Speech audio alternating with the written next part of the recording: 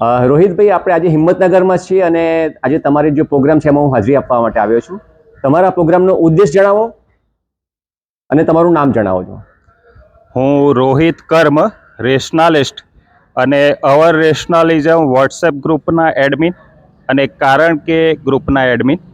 છેલ્લા 6-7 વર્ષથી રેશનાલિઝમની પ્રવૃત્તિ સાથે સંકળાયેલો છું અને ગુજરાતભરમાં રેશનાલિઝમનો ફેલાવો થાય, રેશનલ વિચારો લોકોની અંદર વહેતા થાય, લોકોની વિચારસરણીમાં પરિવર્તન આવે. જે અંધશ્રદ્ધાઓ છે, કુરિવાજો છે કે ખોટી આદતો છે, ખોટા વિચારો આપણી અંદર જે ઘૂસ્યા છે, જેના કારણે સમાજનું જે નિર્માણ થવું જોઈએ એ સમાજના નિર્માણમાં જે દૂષણો છે એ દૂષણોને દૂર કરવા માટેનો મારી દ્રષ્ટિએ જો કોઈ સારામાં સારો વૈચારિક અભિગમ હોય તો એ વૈચારિક અભિગમ એટલે રેશનલ થિંકિંગ, રેશનલ વિચાર, રેશનાલિઝમ. અને રેશનાલિઝમનું જે માણસો કામ કરી રહ્યા છે, રેશનાલિઝમના વિચારોને જે ગમાડે છે, રેશનાલિઝમનો વિચાર જેને પસંદ છે, એવા જે માણસો છે એ બધા રેશનાલિસ્ટ છે. અને એવા રેશનાલિસ્ટ મિત્રોનો આજે અમે હિંમતનગરમાં બીજો કાર્યક્રમ, બીજો મીટિંગ એવી કરી રહ્યા છીએ. પહેલી મીટિંગ અમે 30/6 કરી હતી, એમાં સફળતા મળી. આજે બીજી મીટિંગનું આયોજન છે. આજે હમણાં થોડીક વારમાં બધા મિત્રો આવશે અને આજે અમે સાબરકાંઠા અને અરવલ્લી જિલ્લામાં રેશનલ કામ કેવી રીતે થઈ શકે, અંધશ્રદ્ધાઓ જે વહેતી થયેલી છે, અંધશ્રદ્ધાઓના કારણે માણસો હેરાન થાય છે, દુઃખી થાય છે, આર્થિક રીતે પાયમાલી થાય છે, તો એ જે અંધશ્રદ્ધાઓમાંથી બહાર કેવી રીતે નીકળાય, લોકોનું માનસ પરિવર્તન કેવી રીતે થાય, વૈચારિક ક્રાંતિ કેવી રીતે લાવી શકાય, એના માટેનો અમારો પ્રયાસ છે. આમાં બદલાવાનું છે, છોડવાની વાત છે, કોઈ ગ્રહણ કરવાનું કશું આવતું નથી. જેમ ધર્મની સાથે જોડાયું છે કે ભાઈ કોઈ સંપ્રદાય સાથે જોડાઈએ તો સંપ્રદાયમાં નિયમો હોય, એ નિયમો પ્રમાણે જોડાવવું પડે છે. અહીંયા રેશનાલિઝમમાં કોઈ નિયમ હોતા નથી, માત્ર વૈચારિક જે પરિવર્તન લાવવાની વાત છે એ છે. અને એમાં ખાસ કરીને રેશનલ એટલે તર્ક અને વિજ્ઞાન, જેની અંદર માણસ તર્ક કરે, કોઈ પણ જગ્યાએ પ્રશ્ન કરે અને એ પ્રશ્ન કરે એનું સમાધાન નીકળે અને એ સમાધાનમાંથી જ્યારે સત્ય બહાર આવે અને એ સત્યનું પરીક્ષણ થાય અને પરીક્ષણ બાદ એ સત્ય બહાર આવે ત્યારે રાઈટ વે એટલે કે સાચા દિશામાં એ રેશનાલિઝમ પ્રગટ થાય છે. તો આવા રેશનલ વિચારો સાથે આજે આપણે મળી રહ્યા છીએ અને ખાસ કરીને મને આજે આનંદ એટલા માટે છે કે રાધેશ્યામ રૂપાલપલ્લી અમારી સાથે છે અને એ છેલ્લા 1.5-2 વર્ષથી જે અભિયાન ચલાવી રહ્યા છે કે રૂપાલ, ગાંધીનગર આપણું કેપિટલ અને ગાંધીનગરની બાજુમાં જ રૂપાલ ગામ, અને જે વર્ષોથી એક પારંપરિક રિવાજ ચાલે છે કે માતાજીની પલ્લીમાં ઘી ચઢાવવાનો એક રિવાજ છે અને એ રિવાજના કારણે જે ઘીનો બગાડ થાય છે, જે કિંમતી ઘી છે, લાખો કરોડો રૂપિયાનું ઘી છે અને એ લોકોની આસ્થા છે, આસ્થા ભલે હોય પણ એ ઘીનો જે દુરુપયોગ થાય છે અને ઘીનો જે બરબાદી થાય છે, ખરાબ થાય છે, લોકોના પગ નીચે આવે છે, બૂટ ચંપલ નીચે ઘી આવે છે અને એવું ઘી જ્યારે માણસો પાછા એને શુદ્ધ કરે અને ખાતા હોય ત્યારે એને રોગો થાય, બીમારીઓ થાય. તો આ બધામાંથી બચવા માટે ઘીનો સદુપયોગ થાય અને એવા એક આશય, શુભ આશય સાથે માનનીય શ્રી રાધેશ્યામભાઈ જે અભિયાન ચલાવી રહ્યા છે, એ રાધેશ્યામભાઈનું અભિયાન ખૂબ સુંદર છે, સારું છે. અમે એને ટેકો આપીએ છીએ. ગુજરાતભરના રેશનાલિસ્ટો આ રાધેશ્યામભાઈના અભિયાન સાથે જોડાયેલા છે, હું કહું તો ખોટું નથી. અને અમારો જે આજના મિત્રો છે એ પણ રાધેશ્યામભાઈ સાથે જોડાયેલા રહેશે. એમને કંઈ પણ આ અભિયાન માટે અમારી મદદની જરૂર હશે તો અમે એમને 100% એમાં મદદરૂપ થવાના છીએ. આજના આ કાર્યક્રમ માટે જે મિત્રો આવશે એને શુભેચ્છા પાઠવું છું અને આ રીતે અમારો આજનો કાર્યક્રમ સફળ થાય એવી આશા રાખું છું. ઓકે, સરસ. જય મા વરદાયિની. આ જે પ્રોજેક્ટ દેખાય છે તે 1 નંબર, 2 નંબર અને 3 નંબર છે. આ 3 આઈડિયા છે મારા. આ 1 નંબર, આ 2 નંબર અને આ 3 નંબરનો પ્રોજેક્ટ છે મારો. પછી એને હું ક્લોઝઅપ બતાવીશ. આ છે મારે તાવડી પ્રોજેક્ટ છે. એમાં અહીંયાથી અહીંયા સુધી 20 ફૂટ અંતર છે અને ઊંડાઈ 6 ઇંચ ઊંડાઈ છે અહીંયા આગળ સેન્ટરમાં. એટલે કે અહીંયાથી આમ જઈએ સેન્ટરમાં ઢાળ આવે છે તે 6 ઇંચનો ઢાળ આવે. અહીંયા આ રોડ છે, આ રોડ છે અને અહીંયાથી આમ જઈએ 6 ઇંચનો ઢાળ છે. આ પ્રોજેક્ટ નંબર મારો 1 છે, જે રોટલી અને ભાખરી બનાવવાની જે તાવડી આવે છે ને એના જેવો આકાર છે. હવે હું તમને એનું 3D બતાવું છું. આ જે આકાર દેખાય છે એ 3D છે, પણ આને આમ રાખો કરીશું અને બીજા કલરમાં જોઈશું આપણે તો થોડોક આઈડિયા આવશે કે આવો શેડ હશે. રોટલી અને ભાખરી બનાવવાની તાવડી જેવું, અને એને કલરમાં જોવા જઈશું પણ નહીં દેખાય, બરાબર નહીં દેખાય. આ થયો મારો પ્રોજેક્ટ નંબર 1. હા, હવે પ્રોજેક્ટ નંબર આપણે 2 જોઈશું. પ્રોજેક્ટ નંબર 2 આ ટાઈપનો છે. એમાં આ પોઈન્ટથી અહીંયા સુધી 20 ફૂટ અંતર છે, અહીંયાથી આ 3 ફૂટ અંતર છે, અને અહીંયાથી માંડીને અહીંયા 13 ફૂટ અંતર છે. અને આ સ્ટેપ પગથિયા ટાઈપનું છે. હવે હું તમને એને પગથિયાના રૂપમાં થોડોક આઈડિયા આપવા પ્રયત્ન કરીશ. આપણે શેડેડ કરીએ છીએ, શેડેડમાં કરીશું અને 3D બનાવીશું. પહેલાં શેડેડ રાખીએ છીએ એટલે તમને થોડોક અંદાજ આવશે કે આ રોડ છે, રોડ કરતાં 4 ઇંચનો એક સ્ટેપ છે, પગથિયું છે, અને ફરી પાછું 4 ઇંચ પછી બીજું પગથિયું છે.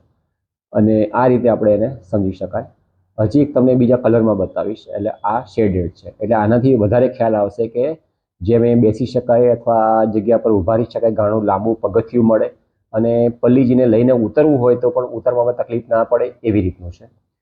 અહીંયા 4 ઇંચ અને 4 8 ટોટલ 8 ઇંચનો ખાડો છે આપણે એમ કહીએ. અને આ જે સફેદ દેખાય છે ત્યાં આગળ ટાંકી મૂકી શકાય અંડરગ્રાઉન્ડ. એટલે કે હવે પાઇપલાઇન કરવાની જરૂર નથી પડતી. જે ટાંકી હશે અહીંયા જશે, ઘી અભિષેક થશે તે અહીંયા થશે. હવે હું તમને 3Dમાં બાજુમાં બીજું મોડેલ બતાવીશ, જે આ છે. તો અહીંયા આપણે પલ્લીજી પણ મૂકેલા છે, વધારે અંદાજ આવશે કે શું કરી શકાય. તો હું હવે તમને એક તો પલ્લીજીની નીચે શું મૂક્યું છે બતાવી દઉં. આ પલ્લીજીની નીચે ટાંકી પણ છે અને લોખંડની જાળી પણ છે. એટલે જે કંઈ ઘી અભિષેક કરીએ આપણે તો એ આ જે કાણા કાણા છે એમાંથી ટાંકીમાં પડી શકે. અને અહીંયા પણ જેમ અહીંયા આ છેડેથી આ છેડે 20 ફૂટ, આ છેડેથી આ છેડે 13 ફૂટ, અને આ છેડેથી આ છેડે 3 ફૂટ. અહીંયા રોડ 4 ઇંચનો પગથિયું અને 3 ફૂટ આનો ભાગ છે. આ ફરી પાછું 4 ઇંચનું પગથિયું અને આ અંતર 13 ફૂટ, એમ કરીને આ વસ્તુ બતાવેલી છે. આ સ્ટેપ આપવાનું કારણ એવું છે કે મેક્સિમમ ઘી જમા થઈ શકે અને આરામથી અંદર જઈ શકે, એટલા માટે મેં લાંબુ પગથિયું આપ્યું છે. કદાચ બની શકે આના કરતાં આપણે મોટું કરવું પડે તો આપણે મોટું પણ કરી શકાય. મેં 3 ફૂટ રાખ્યું છે, 4 ફૂટ કરો આટલે સુધી આવી જશે. હવે જે ઘી અભિષેક થશે ને આ રોડ ઉપર નહીં જાય. આપણો હેતુ એક જ છે કે ભાઈ આપણું ઘી કોઈના પગ નીચે ના આવે, શ્રદ્ધાળુના પગ નીચે ના આવે, છતાં પણ અભિષેક થાય. તો આ પ્રોજેક્ટ બધા કરતાં મને એટલા માટે સારું લાગે છે કે સમજો કે હું એને ટોપ એંગલથી બતાવું છું. આ ટોપ એંગલથી છે જે, તો આ જે પેવરિંગ હોય છે આ મોટાભાગે ચોરસ પેવરિંગ હોય છે. આ જે પેવરિંગ હોય છે મોટાભાગે ચોરસ હોય છે. તો આ આરામથી ગોઠવી દેવાય આની. અને એમને સજેશન આપ્યું કે તમારો જે તાવડી પ્રોજેક્ટ છે અમે સમજેલા છીએ અને કરવા જેવો છે, અને તમે શરૂઆત કરવી હોય તો પહેલાં મંદિરમાં કરો, અને જે હાલ વિડીયોમાં દેખાય છે એ જગ્યા છેલ્લામાં છેલ્લો ચોક ગણાય છે એ લોકોનો. અને અહીંયા પલ્લીજીનો અભિષેક થઈ ચૂક્યો છે, એના પછીનું જે દ્રશ્ય દેખાય છે તે દેખાય છે. અમારો તાવડી પ્રોજેક્ટ એટલે કે જેમ આપણે રોટલી ભાખરી બનાવવાની તાવડી હોય એવો તાવડીનો આકાર આપવો, એમાં પલ્લીજીને ઊભા રાખવા, અને પછી જેમ અભિષેક કરીએ છીએ એમ કરવું. આ તાવડી જે હશે તે સામાન્ય રીતે જે ઢાળ હોય છે એ 6 ઇંચનો ઢાળ હશે, સેન્ટરમાં 20 ફૂટનો ડાયામીટર હશે. અને એ તાવડીની અંદર જેમ બાથરૂમમાં ટાઇલ્સ લગાવેલા હોય છે એવી રીતે ટાઇલ્સ લગાવેલા હશે. એમાં જેમ બાથરૂમમાં પાઇપલાઇન સિસ્ટમ હોય છે દેખાતી નથી એવી પાઇપલાઇન સિસ્ટમ પણ હશે, જેનાથી એ અભિષેક થયેલું ઘી યોગ્ય જગ્યાએ જશે. પ્લાન નંબર 2 છે, જે અહીંયા 5 દિવસ માટે પલ્લીજી અહીંયા ઊભા રહેતા હોય છે પૂનમ સુધી, અને ત્યાં અભિષેક થતો હોય છે. પલ્લીજીની એક્ઝેક્ટ નીચે એક ભાઈ તમને દેખાતા હશે, જે ભાઈ જે ઘી ભેગું કરી રહ્યા છે. એને એટલા માટે બેસવું પડે છે કે ઢાળ બરાબર નથી, જેથી એ ઘી એ ચોકડીમાં પડતું નથી, ફેલાઈ જાય છે. પલ્લીજીને આવી રીતે વચ્ચે મૂકી દઈએ અને તાવડી જેવો આકાર હોય તો, અને ગમે એટલું ઘી અભિષેક કરો પલ્લીજી ઉપર, પણ એ ઘી આ તાવડી આકારના કારણે પાઇપ વાટે આપણે એને જ્યાં લઈ જવું છે ત્યાં આ પાઇપ વાટે એને ઢાળના કારણે અંડરગ્રાઉન્ડ આ બધું કામ કરેલું હોય તો એ ઘી એ ટાંકીમાં પડશે જ્યાં આપણે લઈ જવું છે, અને એ ઘી ડાયરેક્ટ એમાં જમા થશે અને એમાંથી એને બીજી જગ્યાએ ટ્રાન્સફર કરી શકાય મોટર દ્વારા, કોઈ પણ રીતે ડોલ દ્વારા, કંઈ પણ. તો આ બે પ્રોજેક્ટ એવા છે કે જે આપણે બનાવી શકાય તાત્કાલિક ધોરણે, અને એ સક્સેસફુલ લાગે તો આપણે ગામમાં બીજા 5 ચોક બનાવીએ આ વર્ષે, એવી શક્યતા મુકાય. ઊંચાઈ છે 4 ઇંચ જેટલી હોય છે લગભગ.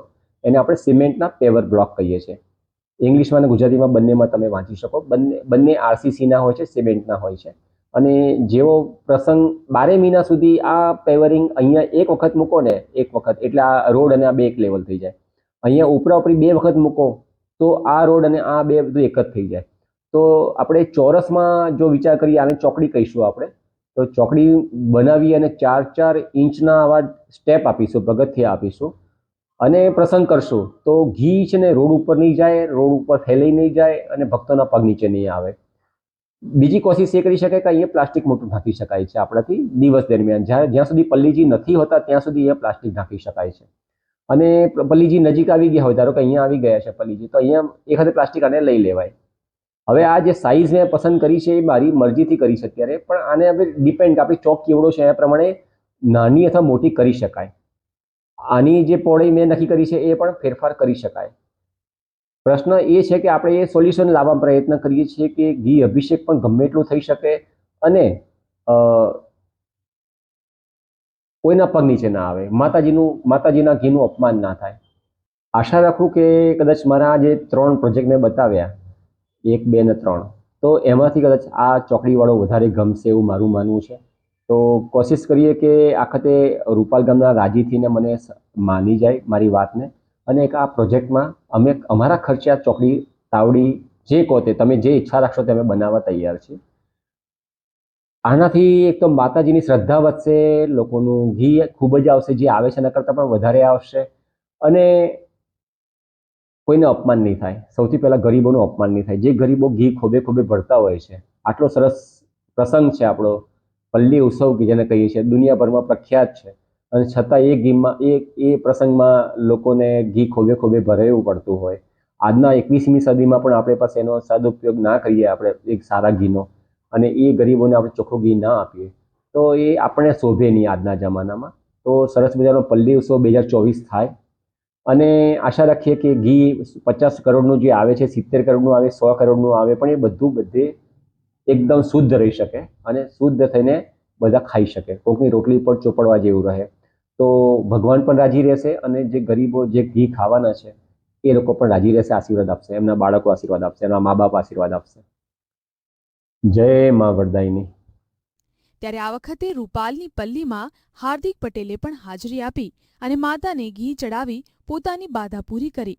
વરદાની માતાનું વર્ષો જૂનો એક સારું પ્રાચીન રીત રિવાજ મુજબ જ્યારે જેલમાં હતો ઉદયપુર હતો તો ગામના આગેવાનોએ બાધા રાખી હતી, બાધા પૂરી કરવા માટે આવ્યો છું.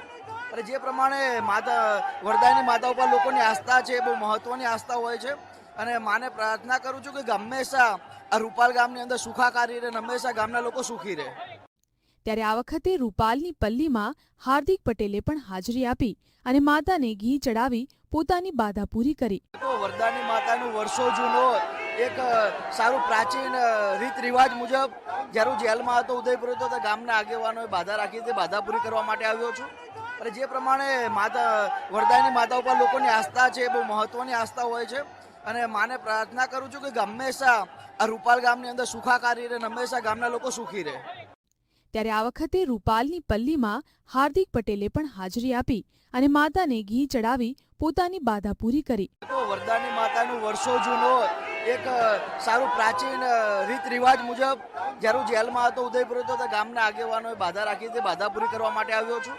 અને જે પ્રમાણે વરદાની માતા ઉપર લોકોની આસ્થા છે, બહુ મહત્વની આસ્થા હોય છે, અને માને પ્રાર્થના કરું છું કે હંમેશા આ રૂપાલ ગામની અંદર સુખાકારી રહે, હંમેશા ગામના લોકો સુખી રહે. ત્યારે આ વખતે રૂપાલની પલ્લીમાં હાર્દિક પટેલે પણ હાજરી આપી અને માતાને ઘી ચડાવી પોતાની બાધા પૂરી કરી. માતાનું વર્ષો જૂનો એક સારું પ્રાચીન રીત રિવાજ મુજબ જ્યારે હું જેલમાં હતો, ઉદયપુર હતો, તો ગામના આગેવાનોએ બાધા રાખી હતી, બાધા પૂરી કરવા માટે આવ્યો છું. અને જે પ્રમાણે માતા વરદાયની માતા ઉપર લોકોની આસ્થા છે, બહુ મહત્વની આસ્થા હોય છે. અને માને પ્રાર્થના કરું છું કે હંમેશા આ રૂપાલ ગામની અંદર સુખાકારી રહે, હંમેશા ગામના લોકો સુખી રહે. માત કી જય. આજથી 12 મહિના પહેલા માતાજીના ચોકમાં ગાવા માટે આવ્યો ત્યારે મને સખત પથરી ઉપડેલી અને માને વિનવતા કીધું કે માં જગદંબા, જો તું આ મઢમાં સાક્ષાત બેઠી હોય વરદાયની, તો મારી પથરી જળ મૂળથી તું લઈ લેજે. અને અત્યારે મેં 2 વખત સોનોગ્રાફી કરાવી, મારા પેટમાં એક પણ પથરી નથી. એ નિમિત્તેનો માતાજીની પલ્લીમાં આ 1 ડબ્બો ઘી હું સાગર પટેલ હું.